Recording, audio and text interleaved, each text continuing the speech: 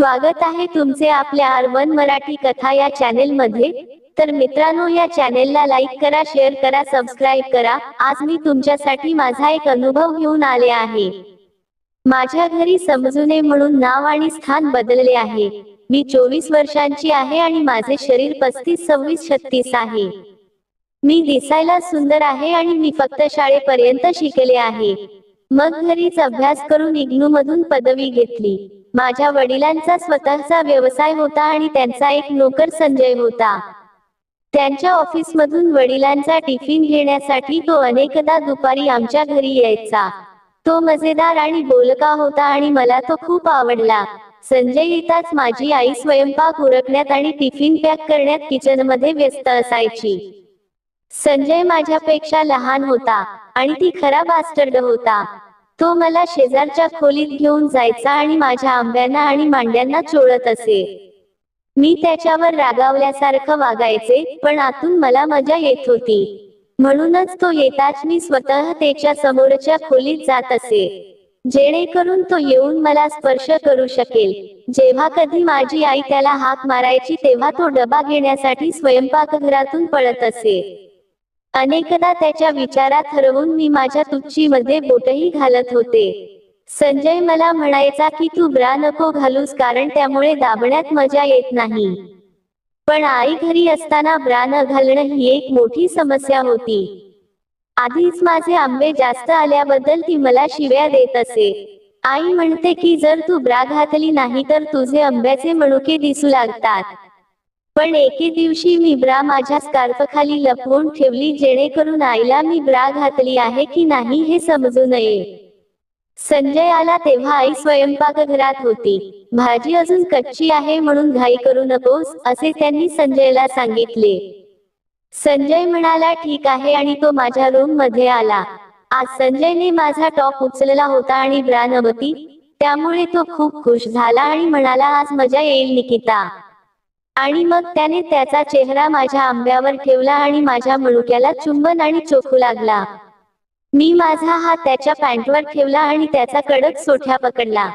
ते खरोखर खूप मोठा होता, पण मी फक्त तसल्या व्हिडिओ मध्ये पाहिला होता, प्रत्यक्षात नाही। मला त्याचा सोठ्या पाहायचा होता। मी सांगितल्यावर तो म्हणाला, घे बघ।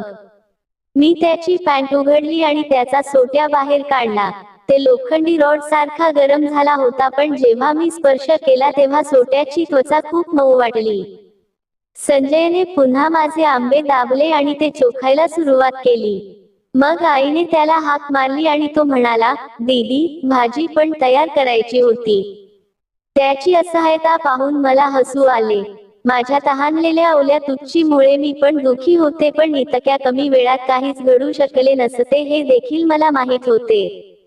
माझे आणि संजयचे हे तुटलेले आणि छोटे अफेअर असेच चालू होते। अफेअर होते की नाही माहीत नाही, पण आम्ही दोघं असेच आठवड्यातून 6 दिवस मजा करायचो। मी त्याचे सोठ्या धरून ठेवते आणि तो मला गरम करून निघून जातो। मग वडिलांनी स्वतः गाडी चालवणे सोडून दिले, कारण त्यांना उच्च रक्तदाबाची समस्या होती। पप्पांनी एका वृद्ध काकाची नियुक्ती केली, ज्यांचे नाव जगदीप होते, कुटुंब चालक म्हणून। संजय कामात व्यस्त असेल तर वडील जगदीपकडे त्यांचा सल्ला घेत असत।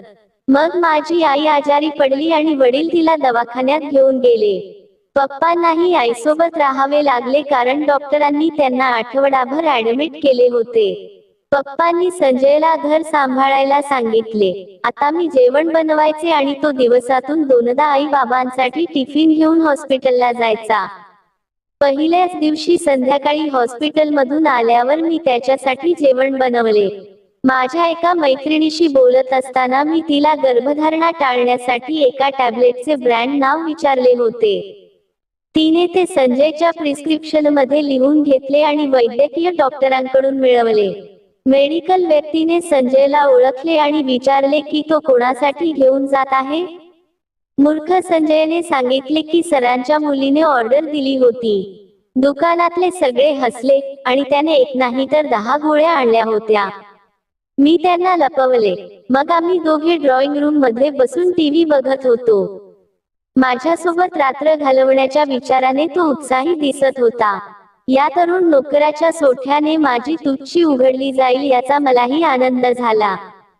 प्रथम मी त्याला समजावून सांगितले की इथे या घरात जे काही घडते ते कोणालाही सांगू नकोस. तो चिडला.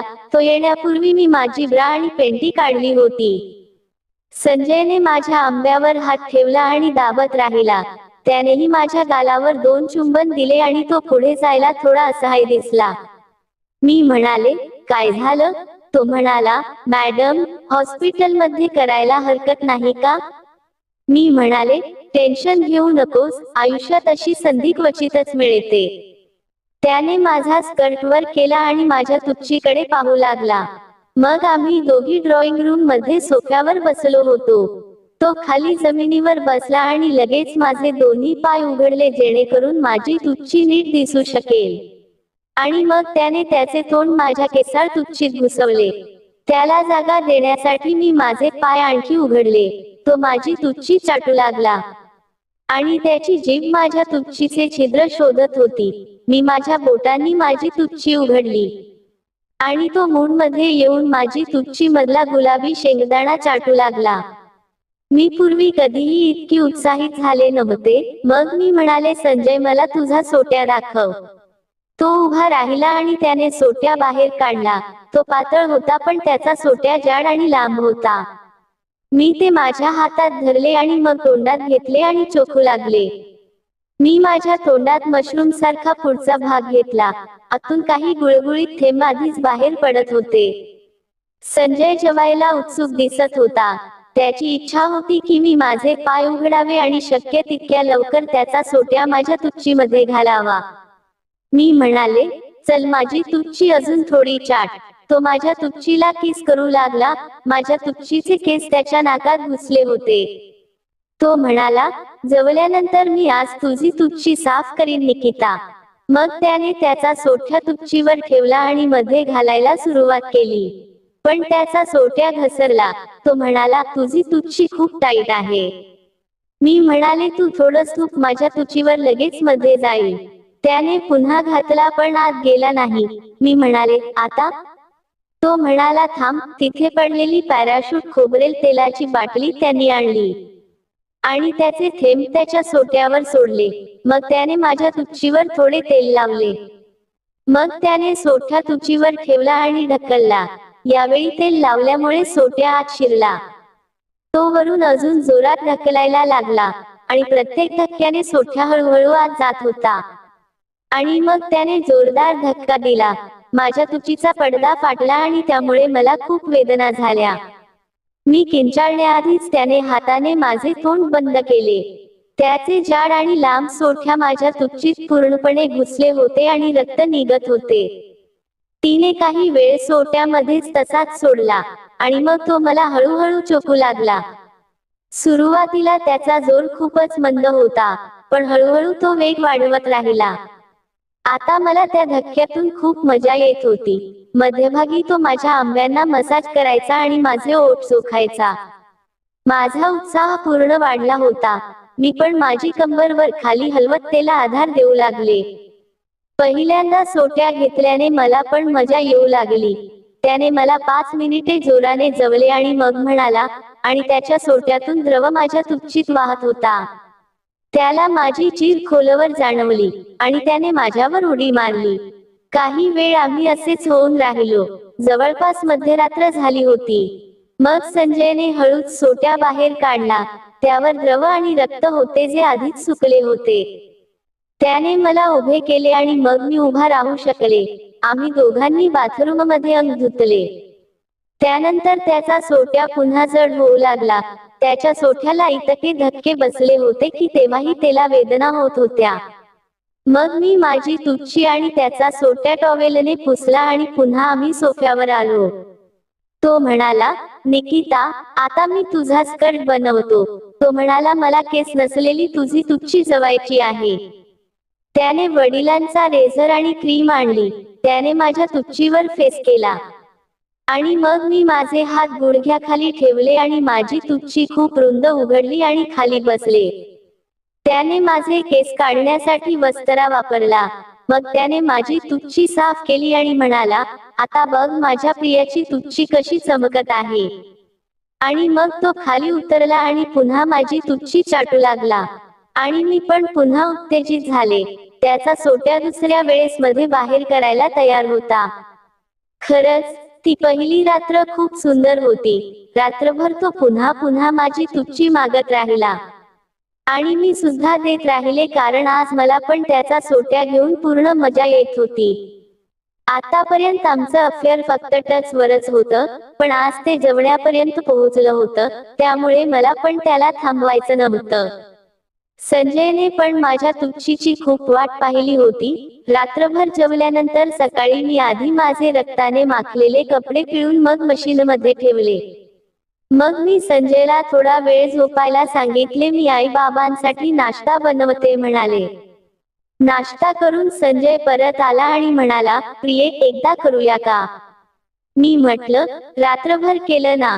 तो म्हणाला, माझा पुन्हा उभा राहिला आहे. असे म्हणत त्याने सामाईन बाहेर काढले. तो खरोखर उभा होता. मी त्याला असे असह्य पाहू शकत नव्हते आणि त्याचा भार माझ्या गुळगुळीत तुच्चीत घेण्यासाठी मी माझ्या बॉक्सरला खाली खेचले. आई संपूर्ण 8 दिवस हॉस्पिटलमध्ये राहिली. मध्ये दोनदाच पप्पा घरी आले आणि तेही संजयला दवाखान्यात पाठवून आंघोळ करायला. आई येण्याआधी माझ्या आणि संजयच्या खुणा मी पुसून टाकल्या होत्या. मागच्या 2 दिवसात मी त्याला माझ्या अंगावर बाईट्स करू नकोस असेही सांगितले होते. महिलांचे डोळे खूप तीक्ष्ण असतात आणि त्यांना लहान बाईट्स देखील दिसतात. त्यानंतर संजय आणखी 2 वर्षे पापांच्या ऑफिसमध्ये राहिला. आरामात करण्याची ती संधी आम्हाला मिळाली नाही. पण कधी कधी आई बाबा घरी नसतात तेव्हा मी त्याला फोन करून माझी तहान भागवायला सांगत असते. मित्रांनो, मला आशा आहे की ही कथा तुम्हाला नक्कीच आवडली असेल. चॅनेलवर नवीन असाल तर वाट कसली पाहताय, सबस्क्राईब करा. भेटूया लवकरच भन्नाट कथा घेऊन. तोपर्यंत काळजी घ्या. धन्यवाद.